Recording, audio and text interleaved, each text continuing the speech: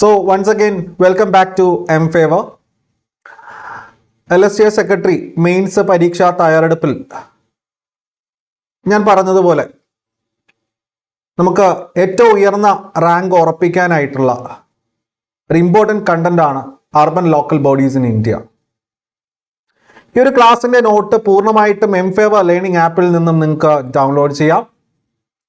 Okay, ഇതിന്റെ പ്രസക്ത ഭാഗങ്ങൾ M-Favor കേരള PSC എന്ന ടെലഗ്രാം ചാനലിൽ നൽകുന്നുണ്ട്.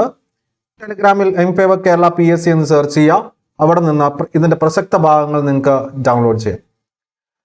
Okay, so as you all know that നമുക്ക് 74th കോൺസ്റ്റിറ്റ്യൂഷണൽ അമെൻമെന്റ് ആക്ട് 1992 എല്ലാവർക്കും അറിയാം. എന്താണ്? നഗരപാലിക ആക്ട് എന്നാണ് അറിയപ്പെടുന്നത്, അല്ലേ? 1992 74ാമത് ഭരണഘടന ഭേദഗതി നിയമം അഥവാ നഗരപാലിക ആക്ട് നിലവിൽ വന്നതെന്ന 1993 ജൂൺ 1 എന്താണ് ഈ ഒരു നിയമത്തിന്റെ സാരാംശം? സ്വാഭാവികമായിട്ടും അറിയാം, നമ്മുടെ നഗര തദ്ദേശ സ്ഥാപനങ്ങൾക്ക് ഭരണഘടന പദവി നൽകുന്നതുമായി ബന്ധപ്പെട്ട പ്രധാന ഭരണഘടനാ നിയമമാണ് ഞാനിപ്പോൾ പറഞ്ഞത്. അപ്പോൾ ഇത് പ്രകാരം ഈ ഒരു ഭരണഘടനാ ഭേദഗതി നിയമത്തിലൂടെ മുനിസിപ്പാലിറ്റികൾക്ക് ഇന്ത്യയിലുടനീളം ഒരു യൂണിഫോമിറ്റി ഉണ്ടായി എന്ന് മാത്രമല്ല, കോൺസ്റ്റിറ്റ്യൂഷണൽ സ്റ്റാറ്റസ് അഥവാ ഭരണഘടന പദവി ലഭിച്ചു. ഇനി അടുത്ത ഇമ്പോർട്ടൻ്റ് ആയിട്ടുള്ള ഒരു പോയിന്റ് ആണ് ലോക്കൽ ഗവൺമെന്റ് അഥവാ തദ്ദേശ ഭരണം എന്ന് പറയുന്നത് സ്റ്റേറ്റ് ലിസ്റ്റിൽ ഉൾപ്പെട്ട ഒരു വിഷയമാണ്. എല്ലാവർക്കും അറിയാം, ഭരണഘടനയിലെ ഷെഡ്യൂൾ 7 അതിലെ സ്റ്റേറ്റ് ലിസ്റ്റിൽപ്പെട്ട ഒരു വിഷയമാണ് ലോക്കൽ ഗവൺമെന്റ് അഥവാ തദ്ദേശ ഭരണം. അതുകൊണ്ട് തന്നെ നമ്മുടെ കേരളത്തിൽ ഇപ്പോൾ എന്താ 6 കോർപ്പറേഷനുകളുണ്ട്, 87 മുനിസിപ്പാലിറ്റികളുണ്ട്, അല്ലെ? അപ്പോൾ ഇങ്ങനെയൊക്കെ ഉണ്ടെങ്കിലും നമ്മുടെ കേരളത്തിൽ ഇത്തരം കോർപ്പറേഷനുകൾ കോൺസ്റ്റിറ്റ്യൂട്ട് ചെയ്യാൻ കാരണമായ ഒരു നിയമമുണ്ട്. ആ നിയമമാണ് അടുത്ത് പറയാൻ പോകുന്നത്, Kerala municipality act 1994 which came into force on 30 May 1994. 74ാമത് ഭരണഘടനാ ഭേദഗതി നിയമത്തിലൂടെ മുനിസിപ്പാലിറ്റികൾക്ക് ഭരണഘടനാ പദവി ലഭിച്ചതിന്റെ അടിസ്ഥാനത്തിൽ തദ്ദേശ ഭരണം എന്ന് പറയുന്നത് സ്റ്റേറ്റ് ലിസ്റ്റിന്റെ ഭാഗമായതുകൊണ്ടും കേരള നിയമസഭ 1994 കേരള മുനിസിപ്പാലിറ്റി ആക്ട് പാസ്സാക്കുകയും ആയതിന്റെ അടിസ്ഥാനത്തിലാണ് കേരളത്തിൽ കോർപ്പറേഷനുകളും മുനിസിപ്പാലിറ്റികളും കോൺസ്റ്റിറ്റ്യൂട്ട് ചെയ്യപ്പെട്ടത്. ശ്രദ്ധിക്കണം. അപ്പോ കേരള മുനിസിപ്പാലിറ്റി ആക്ട് 1994 പ്രകാരമാണ് കേരളത്തിൽ മുനിസിപ്പൽ കോർപ്പറേഷൻ, മുനിസിപ്പാലിറ്റികൾ എന്നിവ കോൺസ്റ്റിറ്റ്യൂട്ട് ചെയ്യപ്പെട്ടിരിക്കുന്നത് അല്ലെങ്കിൽ രൂപവൽക്കരിക്കപ്പെട്ടിരിക്കുന്നത്. അവയെ ഗവേൺ ചെയ്യുന്ന ആക്ട് എന്ന് ചോദിച്ചാലും കേരള മുനിസിപ്പാലിറ്റി ആക്ട് 1994 ആണ്. എന്നാൽ ഇവയ്ക്ക് കോൺസ്റ്റിറ്റ്യൂഷണൽ സ്റ്റാറ്റസ് നൽകുന്ന ആക്ട് ഏതെന്ന് ചോദിച്ചാൽ അതിനുള്ള ഉത്തരം നിങ്ങൾ എന്ത് പറയണം? യെസ്, 74th കോൺസ്റ്റിറ്റ്യൂഷണൽ അമെൻമെന്റ് ആക്ട് 1992. ഓക്കെ, സോ നിങ്ങൾക്ക് ഇത്രയും കാര്യങ്ങൾ ഓക്കെ ആണല്ലോ? സോ സ്ട്രേറ്റ് അവേ നമ്മുടെ രാജ്യത്ത് 8 തരം അർബൻ ലോക്കൽ ബോഡീസ് ഉണ്ട്. ഓക്കെ, സോ അതിനെപ്പറ്റി നമുക്ക് പഠിക്കാം.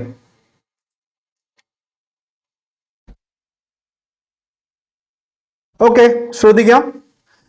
നഗരപ്രദേശങ്ങളെ നിയന്ത്രിക്കുന്നതിനും ഭരിക്കുന്നതുമായി ഇന്ത്യയിൽ 8 തരം അർബൻ ലോക്കൽ ബോഡികളുണ്ട്. Number 1 municipal corporation, 2 municipality, 3 notified area committee, 4 town area committee, 5 cantonment board, 6 township, 7 port trust, 8 special purpose agency. ഇവ 8മാണ് നമ്മുടെ രാജ്യത്തുള്ള അർബൻ ലോക്കൽ ബോഡീസ് എന്നുള്ളത് നമ്മൾ അറിഞ്ഞിരിക്കണം. ഓക്കെ, നമ്മുടെ രാജ്യത്തുള്ള 8 അർബൻ ലോക്കൽ ബോഡീസ് ഓരോന്നായിട്ട് നമുക്ക് ശ്രദ്ധിക്കാം. ഇത് ഓരോന്നും നമുക്ക് പരീക്ഷയ്ക്ക് ഇമ്പോർട്ടൻ്റ് ആണ് കേട്ടോ. ഫസ്റ്റ് വൺ മുനിസിപ്പൽ കോർപ്പറേഷൻ, അല്ലെ? കേരളത്തിന്റെ കാര്യം പറയുകയാണെങ്കിൽ എത്ര മുനിസിപ്പൽ കോർപ്പറേഷൻ ഉള്ളത്? 6 എണ്ണം, അല്ലെ? തിരുവനന്തപുരം, കൊല്ലം, കൊച്ചി, തൃശൂർ, കോഴിക്കോട്, കണ്ണൂർ. അപ്പോൾ ഇത്തരത്തിലുള്ള കോർപ്പറേഷനുകളെ ഗവേൺ ചെയ്യുന്ന അല്ലെങ്കിൽ ഇത്തരത്തിലുള്ള കോർപ്പറേഷനുകളെ കോൺസ്റ്റിറ്റ്യൂട്ട് ചെയ്യുന്ന ആക്ട് ഏതെന്ന് ചോദിച്ചാൽ ഞാൻ നേരത്തെ പറഞ്ഞു Kerala municipality act 1994 which came into force on 30 May 1994. എന്നാൽ ഇവയ്ക്ക് ഭരണഘടനാ പദവി നൽകിയ നിയമം മറക്കരുത്, കൺഫ്യൂസ്ഡ് ആയി പോകരുത്, 74th Constitutional Amendment Act 1992 അല്ല, which came into force on 1st June 1993. Okay, so നോക്കാം. വലിയ നഗരങ്ങളുടെ ഭരണത്തിനായി സംസ്ഥാന നിയമനിർമ്മാണ സഭ പാസാക്കിയ നിയമത്താൽ ഇവ രൂപവൽക്കരിക്കപ്പെടുന്നു. ഇനി കേന്ദ്രഭരണ പ്രദേശങ്ങൾ, ഉദാഹരണം ഡൽഹി കോർപ്പറേഷൻ ഉണ്ട്. ഡൽഹി ഒരു കേന്ദ്രഭരണ പ്രദേശമാണ്. കേന്ദ്രഭരണ പ്രദേശങ്ങളിൽ ഈ പറയുന്ന കോർപ്പറേഷനുകൾ രൂപവൽക്കരിക്കപ്പെടുന്നത് പാർലമെന്റ് പാസാക്കുന്ന നിയമത്തിന്റെ അടിസ്ഥാനത്തിലാണ്. അപ്പോൾ ശ്രദ്ധിക്കണം, ഇത് പ്രകാരമാണ് നമ്മുടെ കേരളത്തിൽ 1994 കേരള മുനിസിപ്പാലിറ്റി ആക്ട് വന്നിട്ടുള്ളത് അല്ലെ. ഇനി മുനിസിപ്പൽ കോർപ്പറേഷനിലെ 3 അധികാര കേന്ദ്രങ്ങൾ അഥവാ ഈ പറയുന്ന മുനിസിപ്പൽ കോർപ്പറേഷനിലെ 3 അതോറിറ്റീസ് ഏതൊക്കെയാണെന്ന് നോക്കാം. ഒന്നെന്ന് പറയുന്നത് കൗൺസിൽ, 2 സ്റ്റാൻഡിംഗ് കമ്മിറ്റികൾ, 3 കമ്മീഷണർ. ഓക്കെ, അപ്പോൾ നേരെ നമുക്ക് മുനിസിപ്പൽ കോർപ്പറേഷന്റെ ഭാഗമായിട്ടുള്ള കൗൺസിൽ എന്താണെന്ന് നോക്കാം. As you all know that council എന്ന് പറയുന്നത് മുനിസിപ്പൽ കോർപ്പറേഷന്റെ ലെജിസ്ലേറ്റീവ് ബോഡിയാണ്. അതായത് മുനിസിപ്പൽ കോർപ്പറേഷനുകൾ നിയമനിർമ്മാണ സംവിധാനമാണ് കൗൺസിൽ എന്ന് പറയുന്നത്. ഈ പറയുന്ന കൗൺസിലിന് നേതൃത്വം നൽകുന്നത് മേയറാണ്. മേയർ എന്ന് പറയുന്നത് ഒരു അലങ്കാര പദവി കൂടിയാണ് അല്ലേ? അതെ അല്ലേ? അതായത് നമുക്ക് ഇപ്പോൾ ഞാനിപ്പോൾ തിരുവനന്തപുരം കോർപ്പറേഷനിലാണ് താമസിക്കുന്നത്. സോ ഇവിടെ 100 വാർഡുകളുണ്ട്. 100 വാർഡുകളിൽ നിന്നും ജനങ്ങളാൽ തിരഞ്ഞെടുക്കപ്പെട്ട വ്യക്തികളുണ്ട്. അവരെ നമ്മൾ വിളിക്കുന്നത് കൗൺസിലർമാരെന്നാണ്. അവരിൽ നിന്ന് ഒരാൾ മേയറായിട്ട് വരുന്നു.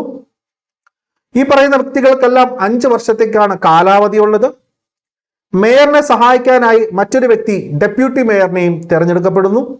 ഈ കൗൺസിലർമാരാൽ തിരഞ്ഞെടുക്കപ്പെടുന്നതാണ് മേയറും ഡെപ്യൂട്ടി മേയറും. അപ്പോ നമ്മുടെ കോർപ്പറേഷനിൽ എന്തെങ്കിലും ഒരു പുതിയ നിയമനിർമ്മാണം അല്ലെങ്കിൽ നിയമത്തിൽ എന്തെങ്കിലും ഒരു ഭേദഗതി ഇവയൊക്കെ കൊണ്ടുവരണമെങ്കിൽ സ്വാഭാവികമായിട്ട് കൗൺസിൽ യോഗം കൂടും. ഇത്തരത്തിൽ കൗൺസിൽ യോഗം കൂടുമ്പോൾ അതിന് അധ്യക്ഷത വഹിക്കുന്ന വ്യക്തിയാണ് മേയർ എന്ന് പറയുന്നത്. മേയറിനെ സഹായിക്കാനായിട്ട് ഡെപ്യൂട്ടി മേയറുമുണ്ട്. ഇനി വേറൊരു കാര്യമുണ്ട്, നമ്മുടെ UPSC പരീക്ഷയിൽ ചോദിച്ചിട്ടുള്ള ഒരു പോയിന്റ് ആണ് ആൾഡർമാൻ എന്ന് പറയുന്നത്. ആരാണ് ആൾഡർമാൻ എന്നറിയപ്പെടുന്നത്? ഞാൻ പറഞ്ഞു, ജനങ്ങളാൽ തിരഞ്ഞെടുക്കപ്പെട്ട കൗൺസിലർമാർ നഗരത്തിലെ ചില പ്രധാന വ്യക്തികളെ കൗൺസിലിലേക്ക് നോമിനേറ്റ് ചെയ്യും, നാമനിർദ്ദേശം ചെയ്യും. കൗൺസിലിന്റെ പ്രവർത്തനങ്ങളുമായി ബന്ധപ്പെട്ട് സഹായകരമാവുന്ന രീതിയിൽ എന്തെങ്കിലും കയ്യിൽ ഉണ്ടായിരിക്കും. അത്തരം വ്യക്തികളെയാണ് കൊണ്ടുവന്നിട്ടുള്ളത്. ഇവർക്ക് കൗൺസിലിൽ വോട്ടവകാശമില്ല. കൗൺസിലർമാർക്കാണ് വോട്ടവകാശമുള്ളത്. നോമിനേറ്റ് ചെയ്യപ്പെടുന്ന വ്യക്തികൾക്ക് വോട്ടവകാശമില്ല. നോമിനേറ്റ് ചെയ്യപ്പെടുന്ന വ്യക്തികളെയാണ് നമ്മൾ ആൾഡർമാൻ എന്ന് പറയുന്നത്. ഓക്കെ, സോ ശ്രദ്ധിക്കാം, മുനിസിപ്പൽ കോർപ്പറേഷന്റെ നിയമനിർമ്മാണ വിഭാഗം ലെജിസ്ലേറ്റീവ് ബോഡിയാണ് കൗൺസിൽ. ഇതിന് നേതൃത്വം നൽകുന്നത് മേയർ. കൗൺസിലിന്റെ അധ്യക്ഷത വഹിക്കുന്നത് മേയർ. മേയറിനെ സഹായിക്കുന്നത് ഡെപ്യൂട്ടി മേയർ. ജനങ്ങൾ നേരിട്ട് തെരഞ്ഞെടുത്ത കൗൺസിലർമാർ അടങ്ങുന്നതാണ് കൗൺസിൽ. കൗൺസിലർമാർക്ക് മാത്രമേ എന്തുള്ളൂ? വോട്ടവകാശമുള്ളൂ. ഓക്കെ, വോട്ടവകാശമുള്ളൂ. എല്ലാവർക്കും അറിയാം കൗൺസിലർമാരുടെ കാലാവധി എന്ന് പറയുന്നത് 5 വർഷമാണ് അല്ലെ? കൗൺസിലിലെ അംഗങ്ങളാകാൻ നഗരത്തിലെ പ്രമുഖ വ്യക്തികളെ കൗൺസിലർമാർക്ക് നാമനിർദ്ദേശം ചെയ്യാം, നോമിനേറ്റ് ചെയ്യാം. ഇങ്ങനെ ചെയ്യപ്പെട്ട അംഗങ്ങളെയാണ് നമ്മൾ ആൾഡർമാൻ എന്ന് വിളിക്കുന്നത്. ആൾഡർമാൻ ഈ പറയുന്ന ആൾക്കാർക്ക് വോട്ടവകാശമില്ല. ഓക്കെ, ഇതുവരെയുള്ള കാര്യങ്ങൾ ഓക്കെ ആണോ? ഇതുവരെ ഞാൻ പറഞ്ഞ കാര്യങ്ങൾ ഓക്കെ ആണോ? സോ ഇമ്പോർട്ടന്റ് ആയിട്ടുള്ള പോയിന്റ് ആണ്, UPSC പരീക്ഷയിൽ ചോദിച്ചിട്ടുള്ളതാണ് ആൾഡർമാൻ എന്നുള്ളത്. സോ മുനിസിപ്പൽ കോർപ്പറേഷൻ എന്ന് പറയുന്നത് ഒരു കോൺസ്റ്റിറ്റ്യൂഷണൽ ബോഡിയാണ് അല്ലെ? മുനിസിപ്പൽ കോർപ്പറേഷൻ ഒരു ഭരണഘടനാ പദവി ലഭിക്കാൻ കാരണമായത് 74ാമത് ഭരണഘടനാ ഭേദഗതി നിയമം വഴിയാണ്. എന്നാൽ മുനിസിപ്പൽ കോർപ്പറേഷനുകൾ കോൺസ്റ്റിറ്റ്യൂട്ട് ചെയ്തിരിക്കുന്നത് 74ാമത് ഭരണഘടനാ ഭേദഗതി നിയമത്തിലൂടെ അല്ല, പകരം അതാത് സംസ്ഥാനങ്ങളിൽ പാസ്സാക്കപ്പെട്ട നിയമത്തിന്റെ അടിസ്ഥാനത്തിലാണ്. ഉദാഹരണം കേരള മുനിസിപ്പാലിറ്റി ആക്ട് 1994 പ്രകാരമാണ് കേരളത്തിൽ ഇത്തരത്തിലുള്ള കോർപ്പറേഷനുകളും മുനിസിപ്പാലിറ്റികളും രൂപവൽക്കരിക്കപ്പെട്ടിട്ടുള്ളത്. ഓക്കെ ആണല്ലോ. അപ്പോൾ മുനിസിപ്പൽ കോർപ്പറേഷൻ എന്താണെന്ന് പറഞ്ഞു. മുനിസിപ്പൽ കോർപ്പറേഷന്റെ 3 അധികാര കേന്ദ്രങ്ങളിൽ ഒന്ന് കൗൺസിൽ പഠിച്ചു. 2 നമ്മൾ പഠിക്കാൻ പോകുന്ന സ്റ്റാൻഡിംഗ് കമ്മിറ്റികളാണ്. ഒന്നുമല്ല, കൗൺസിൽ എന്ന് പറയുന്നത് ഒരുപാട് ആൾക്കാരും കൊനഷ്ട പിടിച്ച പരിപാടികളുമായിട്ടൊക്കെ നിൽക്കുന്ന ഒരു സംവിധാനത്തിൽ കൗൺസിലിന്റെ പ്രവർത്തനങ്ങൾ സുഗമമാക്കുന്നതിന് വേണ്ടിയിട്ട് സഹായകരമാവുന്ന ഒരു വിഭാഗമാണ് എന്തെന്ന് പറയുന്നത്, കേന്ദ്രമാണ് സ്റ്റാൻഡിംഗ് കമ്മിറ്റികൾ എന്ന് പറയുന്നത്. ഓക്കെ, ഫോർ എക്സാമ്പിൾ പല വിഷയങ്ങളുണ്ടല്ലോ, ഹെൽത്തിന് ഒരു സ്റ്റാൻഡിംഗ് കമ്മിറ്റി ഉണ്ടാവും അല്ലേ, ഹെൽത്തുമായി ബന്ധപ്പെട്ടുള്ള കാര്യങ്ങളിൽ തീരുമാനമെടുക്കും. ഇനി അടുത്തത്, ഈ കൗൺസിലും സ്റ്റാൻഡിംഗ് കമ്മിറ്റിയും എടുക്കുന്ന തീരുമാനങ്ങൾ നടപ്പിലാക്കേണ്ട ഒരു കേന്ദ്രമാണ് അല്ലെങ്കിൽ എക്സിക്യൂട്ടീവ് ബോഡിയാണ് എന്തെന്ന് പറയുന്നത്, മുനിസിപ്പൽ കമ്മീഷണർ എന്ന് പറയുന്നത്. മുനിസിപ്പൽ കമ്മീഷണർമാരെ നിയമിക്കുന്നത് സംസ്ഥാന സർക്കാരാണ്. ഓക്കെ, അപ്പൊ നമുക്ക് നേരെ എന്ത് ചെയ്യാം, സ്റ്റാൻഡിംഗ് കമ്മിറ്റിയിലേക്ക് പോവാം. കൗൺസിലിന്റെ പ്രവർത്തനം സുഗമമാക്കുന്നതിനായി പ്രവർത്തിക്കുന്നത് സ്റ്റാൻഡിംഗ് കമ്മിറ്റികൾ. പൊതുമരാമത്ത്, പബ്ലിക് വർക്ക്സ്, വിദ്യാഭ്യാസം, ആരോഗ്യം, നികുതി, ധനകാര്യം തുടങ്ങിയവ കൈകാര്യം ചെയ്യുകയും അതാത് മേഖലകളിൽ തീരുമാനങ്ങൾ ഇവർ എടുക്കുകയും ചെയ്യുന്നു. അപ്പോൾ ഹെൽത്തുമായി ബന്ധപ്പെട്ട് ചില സുപ്രധാന പദ്ധതികൾ അല്ലെങ്കിൽ ഇത്ര ഫണ്ടിങ് ഒക്കെ വേണമെന്നുള്ള കാര്യങ്ങളെ കുറിച്ചൊക്കെ തീരുമാനങ്ങളെ എടുക്കുന്നുള്ളൂ. എന്നാൽ ഇവ നടപ്പിലാക്കേണ്ടത് ആരാണ്? അതാണ് കമ്മീഷണർ എന്ന് പറയുന്നത്. Municipal commissioner.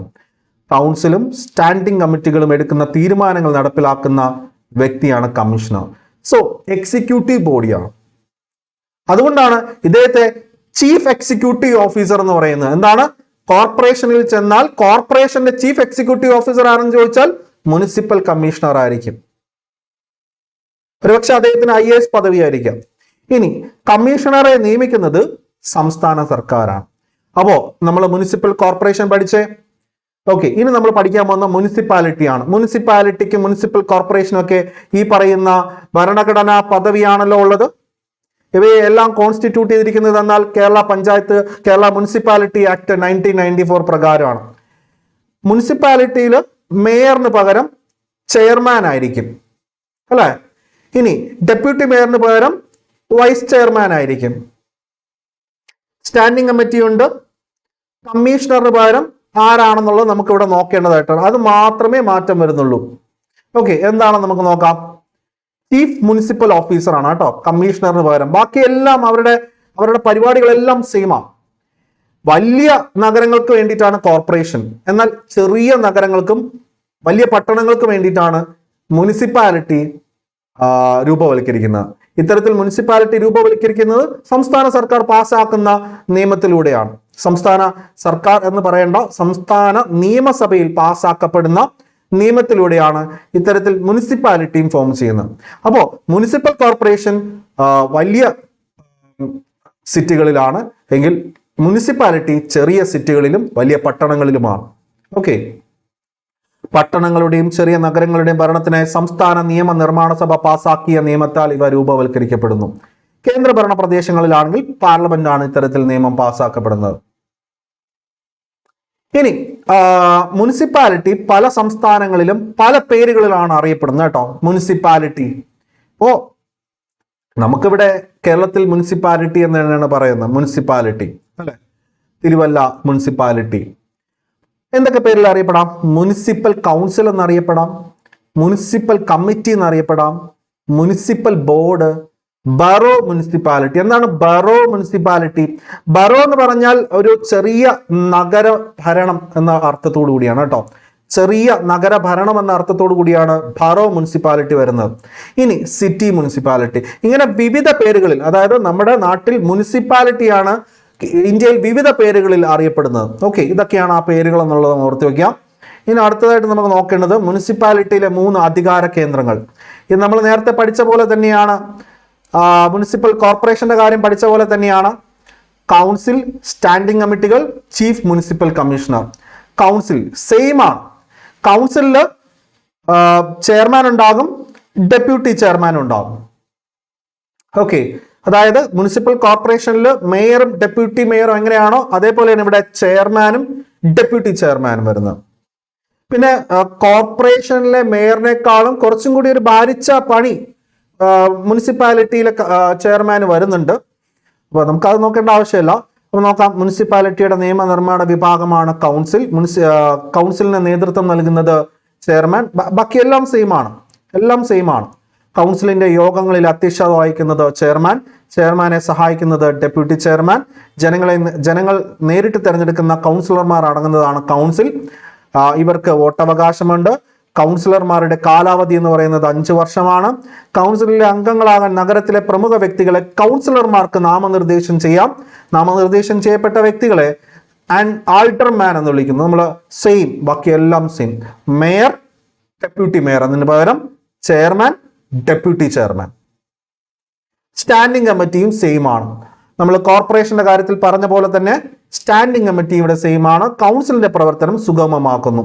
പൊതുമരാമത്ത്, വിദ്യാഭ്യാസം, ആരോഗ്യം, നികുതി, ധനകാര്യം തുടങ്ങിയവ കൈകാര്യം ചെയ്യുകയും അതാത് മേഖലകളിൽ തീരുമാനങ്ങൾ എടുക്കുകയും ചെയ്യുന്നു. എന്നാൽ കൗൺസിലും ഈ പറയുന്ന സ്റ്റാൻഡിംഗ് കമ്മിറ്റികൾ എടുക്കുന്ന തീരുമാനങ്ങൾ നടപ്പിലാക്കേണ്ട വ്യക്തി എക്സിക്യൂട്ടീവ് ബോഡി, അതാണ് ചീഫ് മുനിസിപ്പൽ ഓഫീസർ എന്ന് പറയുന്ന. ചില ബുക്കുകളിൽ വെറും മുനിസിപ്പൽ ഓഫീസർ എന്ന് കൊടുക്കുന്നുണ്ട്. നമുക്ക് ചീഫ് മുനിസിപ്പൽ ഓഫീസർ എന്ന് തന്നെ പഠിക്കാം. He is also known as the chief executive officer in A municipality. Okay, അപ്പോൾ നമ്മൾ നേരത്തെ പഠിച്ചു, മുനിസിപ്പൽ കോർപ്പറേഷനിൽ കമ്മീഷണറെ നിയമിക്കുന്നത് സംസ്ഥാന സർക്കാരാണ് അല്ലെ. അതേപോലെ തന്നെ ഇവിടെ ചീഫ് മുനിസിപ്പൽ ഓഫീസർ അഥവാ ഇതിന്റെ ചീഫ് എക്സിക്യൂട്ടീവ് ഓഫീസറിനെ നിയമിക്കുന്നതും സംസ്ഥാന സർക്കാരാണ്. ഒരേ ഒരു കാര്യം നിങ്ങൾ ശ്രദ്ധിക്കുക, ആൾഡർമാൻ എന്ന വ്യക്തിയെ കൗൺസിലിലേക്ക് നോമിനേറ്റ് ചെയ്യുന്നത് ജനങ്ങളാൽ തെരഞ്ഞെടുക്കപ്പെട്ട കൗൺസിലർമാരാണെന്നുള്ളത് ഓർത്തിരിക്കുക.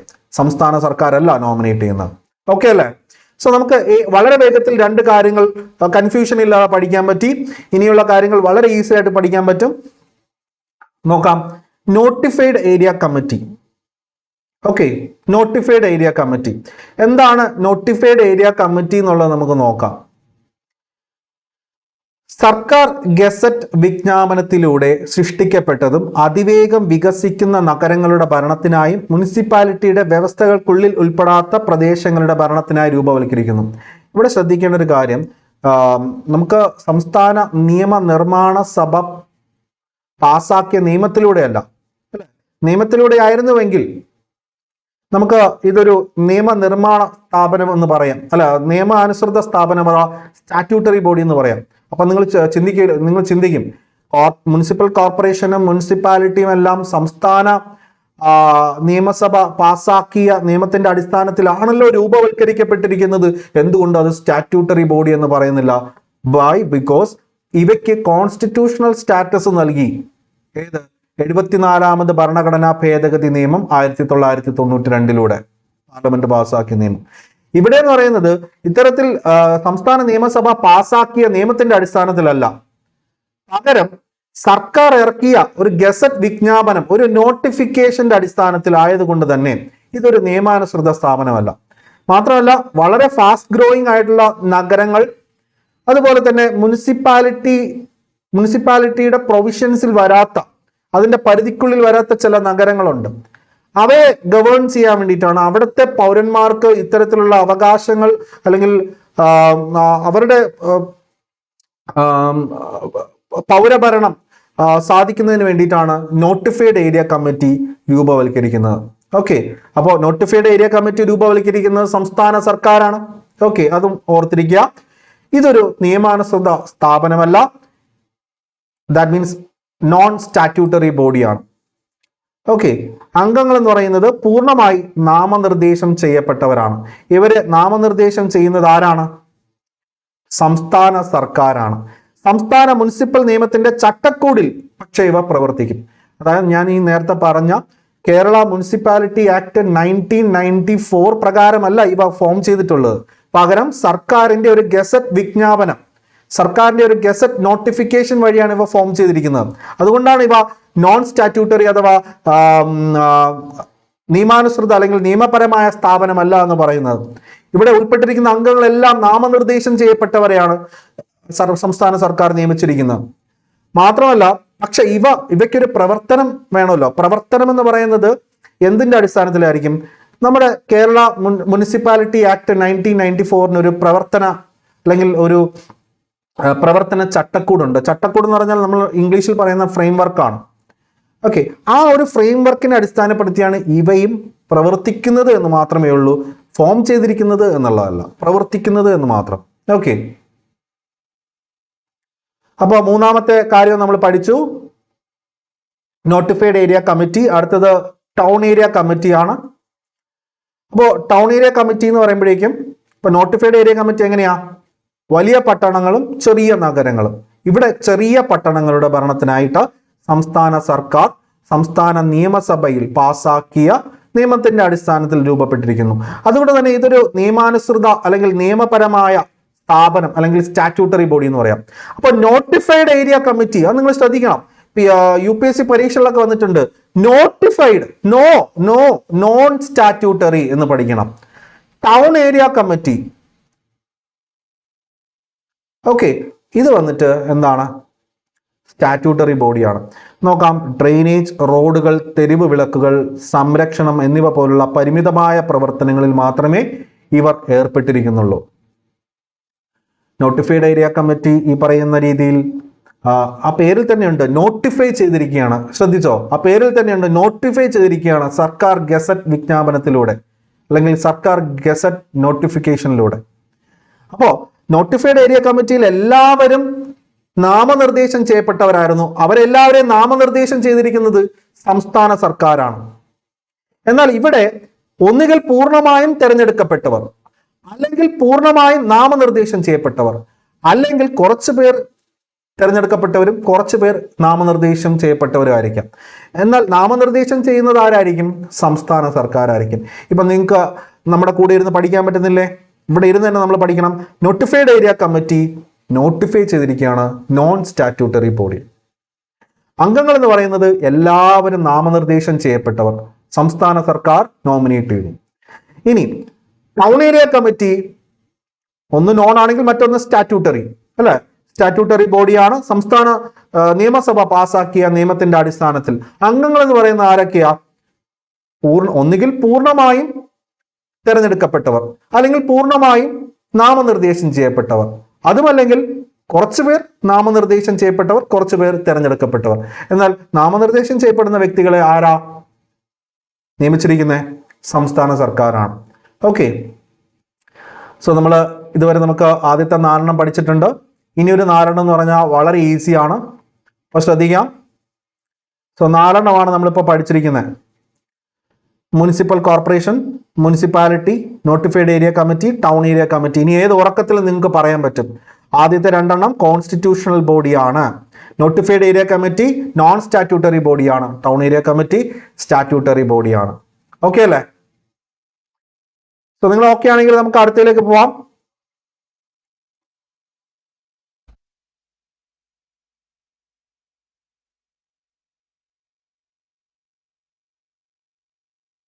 ഇനി നമ്മൾ നോക്കുന്ന കണ്ടോൺമെന്റ് ബോർഡാണ് കേട്ടോ. കണ്ടോൺമെന്റ് ബോർഡ് ശ്രദ്ധിക്കേണ്ട കാര്യം, ഈ നമ്മൾ നേരത്തെ പറഞ്ഞ 4 രൂപവൽക്കരിച്ചിരിക്കുന്നത് സംസ്ഥാന സർക്കാരാണ്.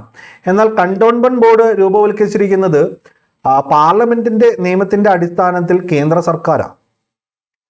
അതായത് കേന്ദ്ര പ്രതിരോധ മന്ത്രാലയത്തിന്റെ കീഴിലാണ് കണ്ടോൺമെന്റ് ബോർഡുകൾ സ്ഥിതി ചെയ്യുന്നത്. അതായത് ഡിഫൻസ് പേഴ്സണൽ അവരുടെ ഒരു ഏരിയ ഉണ്ടാവുമല്ലോ, ആ ഏരിയയിൽ അവരുടെ പൗര ഭരണം സാധ്യമാക്കുന്നതിന് വേണ്ടിയിട്ട് കേന്ദ്ര സർക്കാർ ഒരു നിയമം പാസ്സാക്കിയിട്ടുണ്ട്, 2006 കണ്ടോൺമെന്റ് ആക്ട്. ഇത് പ്രകാരമാണ് ഈ ഒരു ഏരിയയിൽ പൗര ഭരണം സാധ്യമാക്കുന്നതിന് വേണ്ടിയിട്ട് കണ്ടോൺമെന്റ് ബോർഡുകൾ കേന്ദ്ര സർക്കാർ സ്ഥാപിച്ചിരിക്കുന്നത്. കേന്ദ്ര സർക്കാർ പാസ്സാക്കിയ 2006 കണ്ടോൺമെന്റ് നിയമം പ്രകാരം പ്രതിരോധ മന്ത്രാലയത്തിന് കീഴിൽ കണ്ടോൺമെന്റ് ഏരിയയിലെ സിവിലിയൻ ഭരണകൂടമായി പ്രവർത്തിക്കുന്നു. കണ്ടോൺമെന്റ് ബോർഡ് രൂപവൽക്കരിക്കുന്നതും നിയന്ത്രിക്കുന്നതും UPSC ചോദ്യമായിരുന്നു. കണ്ടോൺമെന്റ് ബോർഡ് രൂപവൽക്കരിക്കുന്നതും നിയന്ത്രിക്കുന്നതും ആരാണ്? കേന്ദ്ര സർക്കാരാണ്. ഇനി അംഗങ്ങൾ എന്ന് പറഞ്ഞത്, ഇവിടെയും അംഗങ്ങൾ എന്ന് പറയുന്നത് പാർട്ട്ലി എലക്റ്റഡ്, പാർട്ട്ലി നോമിനേറ്റഡ്. അതായത് കുറച്ചു പേര് തിരഞ്ഞെടുക്കപ്പെട്ടവരും കുറച്ചു പേര് നോമിനേറ്റ് ചെയ്യപ്പെട്ടവരാണ്. അപ്പോൾ നമുക്ക് ശ്രദ്ധിക്കേണ്ട ഒരു കാര്യം എന്ന് പറഞ്ഞു കഴിഞ്ഞാൽ, തിരഞ്ഞെടുക്കപ്പെട്ടവർ എന്ന് പറയുമ്പോഴേക്കും സ്വാഭാവികമായിട്ടും തിരഞ്ഞെടുക്കപ്പെട്ടവർ എന്ന് പറയുന്നത് സ്വാഭാവികമായിട്ട് 5 വർഷത്തേക്കാണ് തിരഞ്ഞെടുക്കപ്പെടുന്നത്. ഓക്കെ, 5 വർഷത്തേക്ക് തിരഞ്ഞെടുക്കപ്പെടുകയാണ്. അപ്പോൾ ഒരു ഡിഫൻസ് ഏരിയ എന്ന് പറയുമ്പോൾ ഒരു ആർമിക്കാരൻ്റെ ഭാര്യ ഉണ്ടാവാം, ബന്ധുക്കളുണ്ടാവാം, എല്ലാവരും ഡിഫൻസിലായിരിക്കില്ല വർക്ക് ചെയ്യുന്നത്, ബന്ധുക്കളുണ്ടായിരിക്കാം. അപ്പോൾ ഈ പറയുന്ന ബന്ധുക്കളെയും കൂടി ചേർത്താണ് ആ ഒരു ഏരിയ കവർ ചെയ്തിരിക്കുന്നത്, ഡിഫൻസ് ഏരിയ ആയിട്ട് വന്നിരിക്കുന്നത്. സോ അവിടെങ്ങളിൽ ഇവരിൽപ്പെട്ട ആർക്കെങ്കിലും മത്സരിക്കാം. തെരഞ്ഞെടുപ്പിലൂടെ ഈ പറയുന്ന കണ്ടോൺമെന്റ് ബോർഡിലേക്ക് വന്നു കഴിഞ്ഞാൽ 5 വർഷം കാലാവധിയുണ്ട്. എന്നാൽ നോമിനേറ്റ് ചെയ്യപ്പെടുന്ന വ്യക്തികൾ പറയുന്നത് അവരെ നമ്മൾ വിളിക്കുന്നത് കണ്ടോൺമെന്റ് ബോർഡിലെ എക്സ് ഒഫീഷ്യോ അംഗങ്ങൾ എന്നുള്ളതാണ്. കാരണം നോമിനേറ്റ് ചെയ്യപ്പെടുന്ന വ്യക്തികൾ എന്ന് പറയുന്നത് അവർ ഓൾറെഡി ഈ പറയുന്ന മിലിറ്ററി ഓഫീസിൽ ജോലി ചെയ്യുന്നവരാണ്. അവരെ വൺസ് നോമിനേറ്റ് ചെയ്ത് കഴിഞ്ഞാൽ അവർക്ക് കാലാവധി എന്ന് പറയുന്നത് 1, 2, 5, 6 വർഷം അങ്ങനെയല്ല. അവർ ആ ഓഫീസിൽ ആ തസ്തികയിൽ തുടരുന്നിടത്തോളം കാലം അവർ ഈ പറയുന്ന കണ്ടോൺമെന്റ് ബോർഡിൽ നോമിനേറ്റഡ് അംഗമായിട്ട് നിലകൊള്ളും. അപ്പോൾ അതാണ് നമ്മൾ പഠിക്കുന്നത്. തിരഞ്ഞെടുക്കപ്പെട്ടവരും നാമനിർദ്ദേശം ചെയ്യപ്പെട്ടവരും. തിരഞ്ഞെടുക്കപ്പെട്ടവർ 5 വർഷമാണ്, സിവിലിയൻസ് ആയിരിക്കും. ഇനി സിവിലിയൻസ് എന്ന് പറയുമ്പോൾ ഈ പറയുന്ന പട്ടാളക്കാരുമായിട്ട് ബന്ധപ്പെട്ട ആൾക്കാരാണ് കേട്ടോ. നാമനിർദ്ദേശം ചെയ്യപ്പെട്ടവരുടെ കാലാവധി എന്ന് പറയുന്നത് സ്റ്റേഷനിലെ ഓഫീസ് തസ്തികയിലുള്ള കാലം അത്രയും. ഇവർ എക്സ് ഒഫീഷ്യോ അംഗങ്ങൾ കൂടിയാണ് എന്നുള്ള കാര്യം ഓർത്തിരിക്കുക. ഇനി ഇപ്പോൾ ശ്രദ്ധിക്കാം, അംഗങ്ങൾ എന്ന് പറയുന്നത് തിരഞ്ഞെടുക്കപ്പെട്ടവരും നാമനിർദ്ദേശം ചെയ്യപ്പെട്ടവരുണ്ട്. ഇനിയാണ് കണ്ടോൺമെന്റ് ബോർഡിന്റെ അധിപൻ അഥവാ തലവൻ എന്ന് പറയുന്നത് സ്റ്റേഷനെ കമാൻഡ് ചെയ്യുന്ന സൈനിക ഉദ്യോഗസ്ഥൻ. അതായത് ആ ഒരു കമാൻഡിങ് ഓഫീസർ, ആ ഒരു സ്റ്റേഷന്റെ കമാൻഡിങ് ഓഫീസർ ഒരു സൈനിക ഉദ്യോഗസ്ഥനായിരിക്കും. ഹൈലി റാങ്ക് ഉള്ള ഒരു സൈനിക ഉദ്യോഗസ്ഥനാണ് ഈ പറയുന്ന കണ്ടോൺമെന്റ് ബോർഡിന്റെ എക്സ് ഒഫീഷ്യോ പ്രസിഡന്റ്. എന്തുകൊണ്ടാണ് എക്സ് ഒഫീഷ്യോ എന്നുള്ള വേർഡ് യൂസ് ചെയ്യുന്നത്? ഓൾറെഡി അവർക്ക് ഒരു ഒഫീഷ്യൽ പോസ്റ്റ് ഉണ്ട്. ഇനി മറ്റേതെങ്കിലും ഒരു പോസ്റ്റിലേക്ക് വരുമ്പോഴാണ് എക്സ് ഒഫീഷ്യോ എന്നുള്ള വാക്ക് യൂസ് ചെയ്യുന്നത്. അതുകൊണ്ടാണ് നാമനിർദ്ദേശം ചെയ്യപ്പെട്ടവർ സ്റ്റേഷനിലെ ഓഫീസ് തസ്തികയിലുള്ള വ്യക്തികളാണ്. അവരുടെ ഓഫീസ് ജോലി അതാണ്, ഒഫീഷ്യൽ പോസ്റ്റ് അതാണ്. അവരെ ഇങ്ങോട്ടേക്ക് നാമനിർദ്ദേശം ചെയ്യപ്പെടുമ്പോഴാണ് അവർ എക്സ് ഒഫീഷ്യോ അംഗങ്ങൾ എന്ന് കൂടി അറിയപ്പെടുന്നത്. ഓക്കെ, അപ്പോൾ എക്സ് ഒഫീഷ്യോ പ്രസിഡന്റ് എന്ന് പറയുന്നത് ആ ഒരു ഡിഫൻസ് സ്റ്റേഷനിലെ കമാൻഡിങ് ഓഫീസറാണ്. യോഗങ്ങളിൽ ഇദ്ദേഹം അധ്യക്ഷത വഹിക്കും. ഇനി വൈസ് പ്രസിഡന്റ് എന്ന് പറയുന്നത് നേരത്തെ നമ്മൾ തിരഞ്ഞെടുക്കപ്പെട്ട കുറെ ആൾക്കാരുണ്ടല്ലോ, അവരിൽ നിന്നും ഒരു വൈസ് പ്രസിഡന്റിനെ തിരഞ്ഞെടുക്കും അടുത്ത 5 വർഷത്തേക്ക്. ദാറ്റ്സ് ഓൾ, തീർന്നു. ഇതാണ് നമ്മുടെ ഡിഫൻസ് ആയിട്ട് ബന്ധപ്പെട്ട് ഡിഫൻസ് ഏരിയയിൽ പ്രവർത്തിക്കുന്ന, ഡിഫൻസ് ഏരിയയിൽ പൗരഭരണം സാധ്യമാക്കുന്ന കണ്ടോൺമെന്റ് ബോർഡ് എന്ന് പറയുന്നത്. അപ്പോൾ നിങ്ങൾക്ക് ഇനി കണ്ടോൺമെന്റ് ബോർഡ് വളരെ ഈസി ആയിട്ട് പഠിക്കാമല്ലോ. 2006 കണ്ടോൺമെന്റ് ആക്ട് പ്രകാരം, പാർലമെന്റ് പാസ്സാക്കിയ ആക്ട് പ്രകാരം ഇന്ത്യൻ ഡിഫൻസ് മിനിസ്ട്രിയുടെ കീഴിൽ ആണ് ഈ പറയുന്ന കണ്ടോൺമെന്റ് ബോർഡുകൾ എന്നുള്ളതും ഇതിൽ ഉള്ള അംഗങ്ങൾ എന്ന് പറയുന്നത് പാർട്ട്ലി എലക്റ്റഡ് ആണ്, പാർട്ട്ലി നോമിനേറ്റഡ് ആണ്. എലക്റ്റഡ് എന്ന് പറയുന്നത് 5 വർഷത്തേക്കാണ്. നോമിനേറ്റഡ് എന്ന് പറയുന്നത് ഓൾറെഡി അവിടെ സൈനിക ഉദ്യോഗസ്ഥർ തന്നെയാണ് ഈ പറയുന്ന നോമിനേറ്റഡ് തസ്തികയിൽ വന്നിരിക്കുന്നത്. അവർ ആ ഒരു സ്റ്റേഷനിൽ ഉള്ളിടത്തോളം കാലം, മറ്റൊരു സ്റ്റേഷനിലേക്ക് ട്രാൻസ്ഫർ ആയി പോകുന്നിടത്തോളം കാലം അവർ നോമിനേറ്റഡ് അംഗങ്ങളായിട്ട് നിലകൊള്ളും. എന്നാൽ ഈ ഒരു കണ്ടോൺമെന്റ് ബോർഡിന്റെ അധിപൻ എന്ന് പറയുന്നത് പ്രസിഡന്റ്, എക്സ് ഒഫീഷ്യോ പ്രസിഡന്റ് ആണ്. കാരണം അദ്ദേഹം ആ ഒരു സ്റ്റേഷന്റെ കമാൻഡിങ് ഓഫീസറാണ്. എന്നാൽ ഇതിന്റെ വൈസ് പ്രസിഡന്റ് എന്ന് പറയുന്നത് നേരത്തെ തിരഞ്ഞെടുക്കപ്പെട്ടവരിൽ നിന്നും ഒരു വ്യക്തിയെ അവർ തിരഞ്ഞെടുത്ത് 5 വർഷത്തേക്ക് വൈസ് പ്രസിഡന്റ് ആയിട്ട് കൊണ്ടുവരുന്നു. ഇനി നമുക്ക് ഈ ഒരു കണ്ടോൺമെന്റ് ബോർഡിന്റെ മറ്റ് പ്രധാനപ്പെട്ട കാര്യങ്ങൾ നോക്കാം. ഈ ഒരു കണ്ടോൺമെന്റ് ബോർഡിൽ ഒരു എക്സിക്യൂട്ടീവ് ഓഫീസർ ഉണ്ട്. അതായത് ഈ കണ്ടോൺമെന്റ് ബോർഡ് എടുക്കുന്ന തീരുമാനങ്ങൾ കൃത്യമായി നടപ്പിലാക്കുന്നതിന് വേണ്ടിയിട്ട് ഇന്ത്യൻ രാഷ്ട്രപതിയുടെ സീൽ കൊണ്ട് അപ്പോയിന്റ് ചെയ്ത ഒരു വ്യക്തിയുണ്ട്. അദ്ദേഹമാണ് എക്സിക്യൂട്ടീവ് ഓഫീസർ എന്ന് പറയുന്നത്. ഓക്കെ, നമുക്ക് മുനിസിപ്പൽ കോർപ്പറേഷനിൽ കമ്മീഷണർ എന്ന പോലെ, മുനിസിപ്പാലിറ്റിയിൽ ചീഫ് മുനിസിപ്പൽ ഓഫീസർ എന്നതുപോലെ കണ്ടോൺമെന്റ് ബോർഡിൽ എക്സിക്യൂട്ടീവ് ഓഫീസറാണ് ഈ പറയുന്ന വ്യക്തി. ഓക്കെ, ഇനി ബോർഡിന്റെയും അതിന്റെ കമ്മിറ്റികളുടെ എല്ലാം തീരുമാനങ്ങൾ നടപ്പിലാക്കുന്നു. ഇനി നിലവിൽ ആകെ കണ്ടോൺമെന്റുകളുടെ എണ്ണം എന്ന് പറയുന്നത് 61 കേട്ടോ. ഇന്ത്യയിൽ നിലവിൽ ആകെ കണ്ടോൺമെന്റുകളുടെ എണ്ണം 61. ഇവരുടെ പ്രവർത്തനം എന്ന് പറഞ്ഞാൽ ഈ പറയുന്ന, ഞാൻ പറഞ്ഞില്ലേ, പൗരഭരണം സാധ്യമാക്കുക, സാമൂഹിക ക്ഷേമം, പൊതുജനാരോഗ്യം, ശുചിത്വം, സുരക്ഷ, ജലവിതരണം, നഗര നവീകരണം, വിദ്യാഭ്യാസം, കൂടാതെ കേന്ദ്ര സർക്കാരിന്റെ വിവിധ പദ്ധതികൾ കൃത്യമായി നടപ്പിലാക്കി അത് സെറ്റാക്കുക എന്നുള്ളതാണ്. സ്വാഭാവികമായിട്ട് ലോജിക് ഉപയോഗിച്ചാൽ ഇവരുടെ പ്രവർത്തനങ്ങൾ എന്തൊക്കെയാണെന്ന് നമുക്ക് അറിയാൻ പറ്റും അല്ലേ. മെയിനായിട്ട് ഈ പറയുന്ന സാനിറ്റേഷനും വാട്ടറും ഒക്കെ എല്ലാ കാര്യങ്ങളും വരുന്നുണ്ട്. Water supply, sanitation, urban planning, health, ഇതെല്ലാം വരുന്നുണ്ട്. വിദ്യാഭ്യാസം എല്ലാം കയറി വരുന്നുണ്ട്. ഓക്കെ, ഇനി കണ്ടോൺമെന്റ് ബോർഡുകളുടെ വർഗീകരണം. ഇന്ത്യയിൽ ആകെ കണ്ടോൺമെന്റ് ബോർഡുകളുടെ എണ്ണം എന്ന് പറയുന്നത് 61 ഇവയെ കാറ്റഗറൈസ് ചെയ്തിട്ടുണ്ട്. 4 കാറ്റഗറി ഉണ്ട്. കാറ്റഗറി 1 എന്ന് പറയുന്നത് ജനസംഖ്യ 50,000 മുകളിലാണ്. കാറ്റഗറി 2 എന്ന് പറയുന്നത് 10,000-നും 50,000-നും ഇടയിൽ. കാറ്റഗറി 3 2,500-നും 10,000-നും ഇടയിൽ. കാറ്റഗറി 4 എന്ന് പറയുന്നത് ജനസംഖ്യ 2,500-ന് താഴെ. അപ്പൊ ഇത്തരത്തിൽ 4 കാറ്റഗറൈസേഷൻ എവിടെ വന്നിരിക്കുന്നു? കണ്ടോൺമെന്റ് ബോർഡിന്റെ കാര്യത്തിൽ വന്നിരിക്കുന്നു. 50,000 ജനസംഖ്യയിൽ മേലെയുള്ളതാണ് കാറ്റഗറി 1, ടോപ്പ് കാറ്റഗറി എന്ന് പറയുന്നത്. മറ്റത് 10,000-നും 50,000-നും ഇടയിൽ കാറ്റഗറി 2, 2,500-നും 10,000-നും ഇടയിൽ കാറ്റഗറി 3, 2,500-ന് താഴെ കാറ്റഗറി 4. സോ ഇതാണ് ഡിഫൻസ് ഏരിയയുമായി ബന്ധപ്പെട്ട് നമ്മൾ കണ്ടോൺമെന്റ് ബോർഡ് പഠിച്ചിരിക്കുന്നത്. ഇനി നമുക്ക് നോക്കേണ്ടത് ടൗൺഷിപ്പാണ്. ടൗൺഷിപ്പ് വളരെ ഈസിയാണ്. ടൗൺഷിപ്പ് ഒന്നുമില്ല, വളരെ ഈസിയാണ്. നമുക്കറിയാം നമ്മുടെ രാജ്യത്ത് ഒരുപാട് പൊതുമേഖലാ സ്ഥാപനങ്ങളുണ്ട് അല്ലേ. ഒരു പൊതുമേഖലാ സ്ഥാപനം വന്നു കഴിഞ്ഞാൽ ആ ഒരു ഏരിയ മൊത്തം, അല്ലെങ്കിൽ ആ ഒരു ഏരിയയിൽ ഒരുപാട് ഈ പൊതുമേഖലാ സ്ഥാപനത്തിൽ ജോലി ചെയ്യുന്ന ജീവനക്കാരും തൊഴിലാളികളും അവരുടെ കുടുംബവും തിങ്ങി പാർക്കുന്നുണ്ടാവും. സോ അവിടങ്ങളിൽ പൗരഭരണം സാധ്യമാക്കുന്നതിന് വേണ്ടിയിട്ടാണ് ടൗൺഷിപ്പ് രൂപവൽക്കരിക്കപ്പെട്ടിരിക്കുന്നത് കേട്ടോ. പൊതുമേഖലാ സ്ഥാപനങ്ങളിലെ ജീവനക്കാർക്കും തൊഴിലാളികൾക്കും പൗര സൗകര്യങ്ങൾ പ്രദാനം ചെയ്യുന്നതിനായി രൂപവൽക്കരിക്കുന്നു. ഇതൊരു നിയമാനുസൃത സ്ഥാപനമല്ല എന്നുള്ളത് ഓർത്തിരിക്കുക. ടൗൺഷിപ്പ് നമ്മൾ പറയാറില്ലേ, അവിടെ ടൗൺഷിപ്പ് വരുന്നുണ്ട്. എന്താണ് ടൗൺഷിപ്പ് വരുമ്പോൾ നമ്മൾ വിചാരിക്കും വലിയ എന്തോ സംഗതി വരാൻ പോവാണെന്ന്. ഒന്നുമില്ല. ആ ഒരു ഏരിയയിൽ എന്തെങ്കിലും ഒരു പൊതുമേഖല പബ്ലിക് എന്റർപ്രൈസ് ഉണ്ടായിരിക്കും. അവിടങ്ങളിൽ ജോലി ചെയ്യുന്ന അല്ലെങ്കിൽ തൊഴിലാളികൾക്ക് പൗരഭരണം സാധ്യമാക്കുന്ന രീതിയിൽ കുറച്ചും കൂടി മെച്ചപ്പെട്ട ഭരണം അവിടെ കൈവരും. അപ്പോഴേക്കും അവിടെ ശരിക്കും ഈ പറയുന്ന പൗരഭരണം സാധ്യമാക്കുന്ന ഇടങ്ങളിലല്ല വികസനമാണ് ലക്ഷ്യമിടുന്നത് അല്ലേ. അപ്പോൾ ഇതൊരു നോൺ സ്റ്റാറ്റ്യൂട്ടറി ബോഡിയാണ്. അംഗങ്ങൾ എന്ന് പറയുന്നത് ആരും തന്നെ തിരഞ്ഞെടുക്കപ്പെട്ടവരില്ല.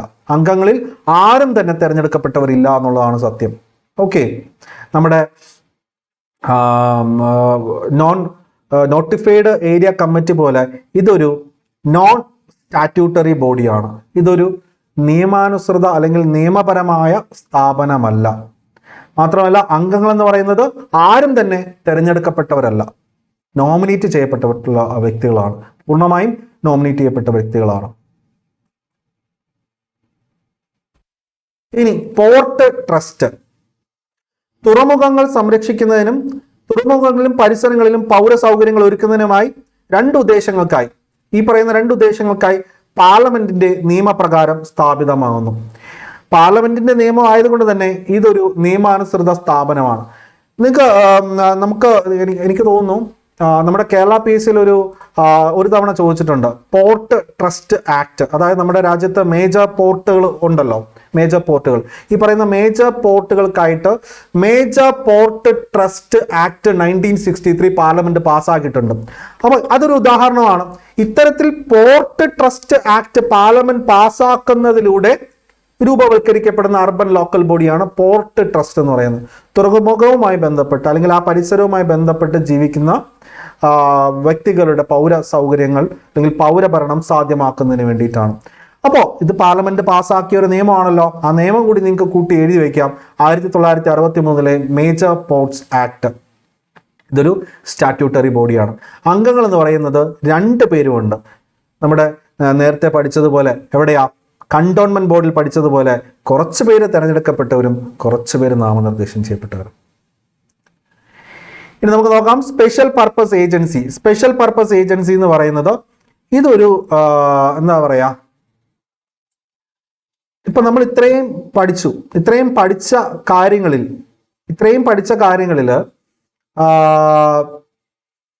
ഇതെല്ലാം ഒരു എന്താ പറയാ, ഒരു ബോഡി എന്ന് നമുക്ക് കൃത്യമായിട്ട് പറയാം. ലൈക്ക് അവിടെ ഒരുപാട് ആളുകൾ അത് ഭരണത്തിനായിട്ട് നമ്മൾ ഒരു പക്ഷേ നേരിട്ട് തിരഞ്ഞെടുത്തിരിക്കാം, അല്ലെങ്കിൽ നാമനിർദ്ദേശം ചെയ്യപ്പെട്ടവരുണ്ടാകാം, അങ്ങനെയൊക്കെയാണ്. എന്നാൽ ഇവിടെ ഒന്ന് ശ്രദ്ധിച്ച് നോക്കിയാൽ സ്പെഷ്യൽ പർപ്പസ് ഏജൻസി, അതായത് എന്താ പറയുക, ഈ മുനിസിപ്പൽ കോർപ്പറേഷൻ അല്ലെങ്കിൽ മറ്റ് നഗര തദ്ദേശ കാര്യാലയങ്ങളിൽ ഒരു സ്പെഷ്യൽ പർപ്പസ് നടപ്പിലാക്കുന്നതിന് വേണ്ടിയിട്ട് സ്ഥാപിക്കപ്പെട്ടവയാണ് ഇവ എന്ന് നമുക്ക് പറയാം. അതാണ് സ്പെഷ്യൽ പർപ്പസ് ഏജൻസി എന്ന് പറയുന്നത്. എന്തൊക്കെയാണ് ഞാൻ പറഞ്ഞുതരാം. ഫോർ എക്സാമ്പിൾ ഹൗസിംഗ് ആയിട്ട് ബന്ധപ്പെട്ട്, ഭവന പദ്ധതിയുമായി ബന്ധപ്പെട്ട് ഹൗസിംഗ് ബോർഡുകൾ അതൊരു സ്പെഷ്യൽ പർപ്പസ് ഏജൻസിയാണ്. ഒരുപക്ഷെ ഇവ സ്ഥാപിക്കുന്നത് സംസ്ഥാന നിയമസഭയിലെ ഒരു നിയമം വഴിയാകാം, അല്ലെങ്കിൽ ഏതെങ്കിലും ഒരു വകുപ്പിന്റെ ഒരു പ്രമേയത്തിലൂടെയാകാം. ഒരു വകുപ്പ് മന്ത്രി വന്നിട്ട് ഒരു പ്രമേയം പാസ്സാക്കി ഒരു ബോർഡ് അല്ലെങ്കിൽ ഒരു ഏജൻസി ക്രിയേറ്റ് ചെയ്യുന്നു. അപ്പോൾ ഇവ വേണമെങ്കിൽ സ്റ്റാറ്റ്യൂട്ടറി ബോഡി ആകാം, നോൺ സ്റ്റാറ്റ്യൂട്ടറി ബോഡി ആകാം. സ്റ്റാറ്റ്യൂട്ടറി ബോഡി ആണെങ്കിൽ സംസ്ഥാന നിയമസഭയിൽ ഒരു നിയമം പാസ്സാക്കി അതിൻ്റെ അടിസ്ഥാനത്തിൽ, നോൺ സ്റ്റാറ്റ്യൂട്ടറി ബോഡി ആണെന്നുണ്ടെങ്കിൽ സംസ്ഥാന സർക്കാരിൻ്റെ കീഴിലുള്ള ഏതെങ്കിലും ഒരു വകുപ്പ് അവരുടെ ഒരു റെസൊല്യൂഷൻ പാസ്സാക്കിയതിൻ്റെ അടിസ്ഥാനത്തിൽ, അല്ലെങ്കിൽ മന്ത്രിസഭയുടെ റെസൊല്യൂഷൻ്റെ അടിസ്ഥാനത്തിൽ, പ്രമേയത്തിൻ്റെ അടിസ്ഥാനത്തിൽ രൂപപ്പെട്ടിരിക്കണം നോൺ സ്റ്റാറ്റ്യൂട്ടറി ബോഡി ആകണമെങ്കിൽ. അപ്പോൾ മുനിസിപ്പൽ കോർപ്പറേഷനുകളുടെയോ മുനിസിപ്പാലിറ്റികളുടെയോ മറ്റ് പ്രാദേശിക നഗര ഭരണകൂടത്തിൻ്റെ പരിധിയിൽ ഉൾപ്പെടുത്തുന്ന നീക്ത പ്രവർത്തനങ്ങളോ നിർദ്ദിഷ്ട പ്രവർത്തനങ്ങളോ ഏറ്റെടുക്കുന്നതിന് സംസ്ഥാന സർക്കാരാണ് ഇവ സ്ഥാപിക്കുന്നത്. സംസ്ഥാന നിയമനിർമ്മാണ സഭ പാസ്സാക്കുന്ന നിയമത്തിലൂടെയോ സർക്കാർ വകുപ്പുകൾ പാസ്സാക്കുന്ന പ്രമേയത്തിലൂടെയോ ഇവ സ്ഥാപിക്കപ്പെടുന്നു. ഇവ തദ്ദേശ സ്ഥാപനങ്ങളുടെ കീഴിലുള്ള ഏജൻസികളല്ല, അത് ശ്രദ്ധിക്കണം. ഇവ special purpose agencies. All these are created by state government. ഇവ എന്ന് പറയുന്നത് മുനിസിപ്പൽ കോർപ്പറേഷൻ്റെയോ മുനിസിപ്പാലിറ്റിയുടെ കീഴിലുള്ള ഒരു ഏജൻസി അല്ല എന്നുള്ളത് ഓർത്തിരിക്കണം. ഓക്കെ, സോ അതാണ് വളരെ ഇമ്പോർട്ടൻറ്റ്. നമ്മൾ ചിന്തിച്ചു പോകും, അപ്പോൾ ഇവരുടെ എന്തെങ്കിലുമൊക്കെ കാര്യങ്ങൾ പ്രാവർത്തികമാക്കുന്നതിന് വേണ്ടിയിട്ട് സ്ഥാപിക്കപ്പെട്ട ഒരു ഏജൻസി ആയതുകൊണ്ട് ഇവരുടെ കീഴിലാന്ന് വിചാരിക്കും. അല്ല, ഇവർ ഈ പറയുന്ന സ്പെഷ്യൽ പർപ്പസ് ഏജൻസി ഇവരുടെ കീഴിലല്ല. ഉദാഹരണത്തിനായിട്ട് ഞാൻ പറഞ്ഞില്ലേ, അത് ഹൗസിംഗ് ബോർഡുകൾ കണ്ടില്ലേ, ഹൗസിംഗ് ബോർഡുകൾ. ഏതെങ്കിലും ഒരു പ്രദേശം കാട് കയറി കിടക്കുന്ന, സർക്കാരിൻ്റെ ഏക്കർ കണക്കിന് സ്ഥലം കാട് കയറി കിടക്കുകയാണ്, അവിടെ കുറച്ച് ഭവന പദ്ധതികൾ സർക്കാർ കൊണ്ടുവരുന്നു. അതിൻ്റെ അടിസ്ഥാനത്തിൽ ആ സ്ഥലമെല്ലാം വെട്ടി വൃത്തിയാക്കി പ്ലോട്ട് തിരിച്ച് പ്രധാനപ്പെട്ട ഭവനങ്ങൾ നിർമ്മിക്കുന്നതിന് വേണ്ടിയിട്ടും അങ്ങനെ തുടങ്ങി ഒരുപാട് കാര്യങ്ങൾ തീരുമാനിക്കുന്നതിന് വേണ്ടിയിട്ട് ഹൗസിംഗ് ബോർഡുകൾ, ജലവിതരണ മലിനജല ബോർഡുകൾ, വൈദ്യുതി വിതരണ ബോർഡുകൾ, നഗര ഗതാഗത ബോർഡുകൾ, ഇവയൊക്കെയാണ് സ്പെഷ്യൽ പർപ്പസ് ഏജൻസിക്ക് ഉദാഹരണങ്ങളായിട്ട് നമുക്ക് പറയാനുള്ളത്. അപ്പോൾ ഇത്രയാണ് നമുക്ക് ഈ ഒരു സെഷനിൽ പഠിക്കാനുണ്ടായിരുന്നത്. ഇതൊരു ഇമ്പോർട്ടൻ്റ് ആയിട്ടുള്ള ഹെവി ടോപ്പിക്കാണ്. സോ നമുക്ക് യാതൊരുവിധ കൺഫ്യൂഷനും ഇല്ലാതെ പഠിക്കാൻ സാധിച്ചു എന്ന് വിശ്വസിക്കുന്നു. അടുത്തൊരു സെഷനിൽ നമുക്ക് മറ്റൊരു മേജർ ടോപ്പിക്കായിട്ട് വരാം. മാർക്ക് സ്കോർ ചെയ്യേണ്ട ഏരിയകൾ നമുക്ക് ഓടിച്ചിട്ട് പഠിക്കുക എന്നുള്ളതാണ്. So thanks a lot. See you soon.